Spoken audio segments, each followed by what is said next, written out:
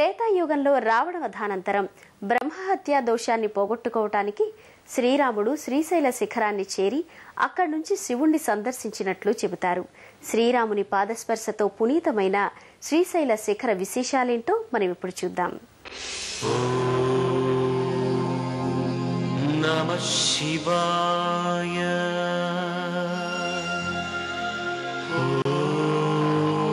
నమః శివాయ.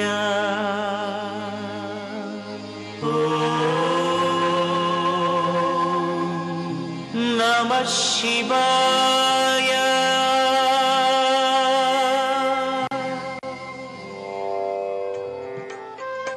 శ్రీశైల శిఖరం దృష్ట్యా పునర్జన్మ న విద్యతే అంటారు.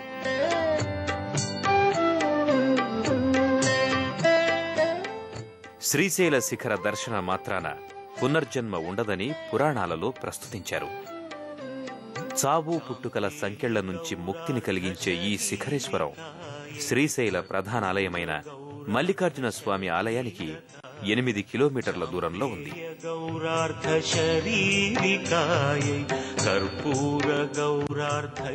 సముద్ర మట్టానికి 2830 అడుగుల ఎత్తులో ఉన్న ఈ శిఖరేశ్వరాన్ని దర్శించడానికి భక్తులు విరివిగా ఇక్కడికొస్తారు.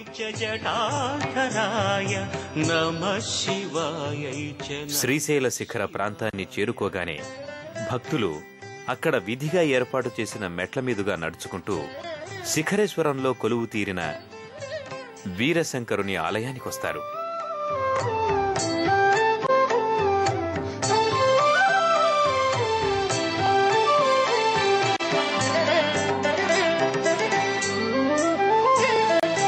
కస్తూరికా కుంకుమ చర్చితాయై. ప్రశాంతమైన వాతావరణంలో ఉన్న ఈ ఆలయ ప్రాంగణం నిత్యం భక్తుల ఆధ్యాత్మిక భావనలతో పునీతమవుతుంది.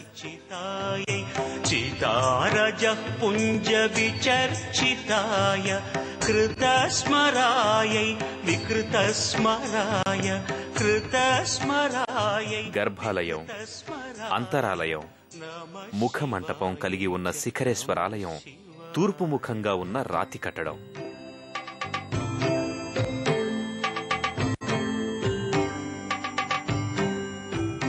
కొండగుహను పోలిన ఈ ఆలయంలోని స్వామి వీరశంకరునిగా పూజలందుకుంటూ భక్తుల కోరికలు తీరుస్తున్నాడు.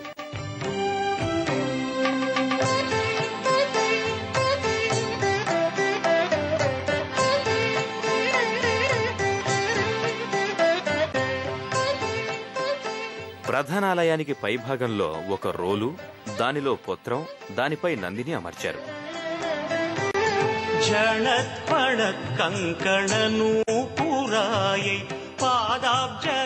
భక్తులు ఆలయం పైభాగానికి వెళ్లి అక్కడున్న రోటిలో నువ్వులు పోసి పొత్రాన్ని గిరగిరా తిప్పి దానిపై ఉన్న నంది కొమ్ములపై కుడి చేతి వ్రేళ్లను ఆనించి వ్రేళ్ల సందుల నుంచి పడమటి వైపున గల శ్రీశైల ప్రధానాలయాన్ని చూస్తారు.